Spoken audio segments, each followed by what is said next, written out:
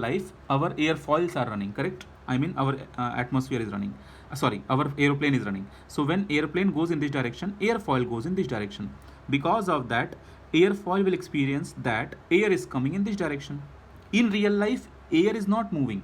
In real life, aeroplane is moving. But on the diagram, on the screen, when we teach, we show air like this. Okay? Now go ahead. So see, here you get this kind of distribution of the streamline. Here you get this kind of distribution of streamline. Okay, so you have symmetrical distribution.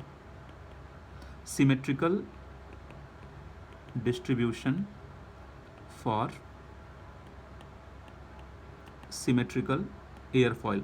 So because you have symmetrical distribution, so whatever pressure will be here, same pressure will be here. Okay, and they will be, both will be negative because it is symmetrical airfoil. So on the upper part also you will be having suction, and bottom part also you will be having suction. So both will cancel each other. Okay, and you already know what is angle of attack, angle between chord line and free stream. So in my diagram, your free stream is like this and chord line is also like this. So angle is 0 degree, there is no angle. So in this case, at alpha is equal to 0, you are getting lift is equal to 0. So in your lift curve slope, so here I will put our CL, which is lift coefficient or coefficient of lift. Here I'll put my alpha. So at alpha is equal to 0, my CL is equal to 0. So this is my point. When my alpha and CL, they both are 0, 0. Now we'll go ahead. When you will turn your airfoil little bit, I mean when you will turn your airfoil something like this. Okay, just around 2 to 3 degree, that's all. So this is now your chord line and free stream is still like that. Guys, understand, I am turning my airfoil. I am not turning the entire aeroplane. Try to understand the difference. I am achieving this chord line by flapping, I mean by turning my flap, by deploying my flap. Okay, I mean my entire aeroplane is still like this.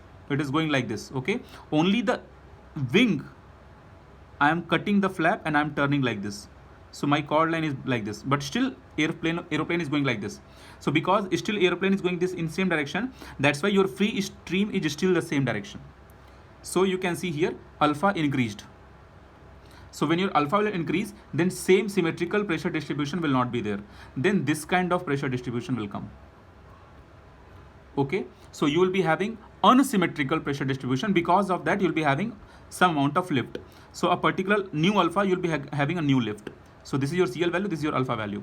In same way, new CL at different alpha. So we'll be getting a straight line like this. Okay, but there will be a limit. That limit we put at alpha max. Suppose this is alpha max. At alpha max, you will be having maximum CL. And after that, what will happen? Whatever I have explained about stall, those phenomena will happen. Okay, so this is the alpha max until when you will be getting your CL max. So popularly, this alpha max we don't write as alpha max, we write this as alpha stall. It means what? Just after this, you will be losing your lift. Guys, lift is not 0. Try to understand. Lift is 0 here. Lift is not 0 after alpha stall.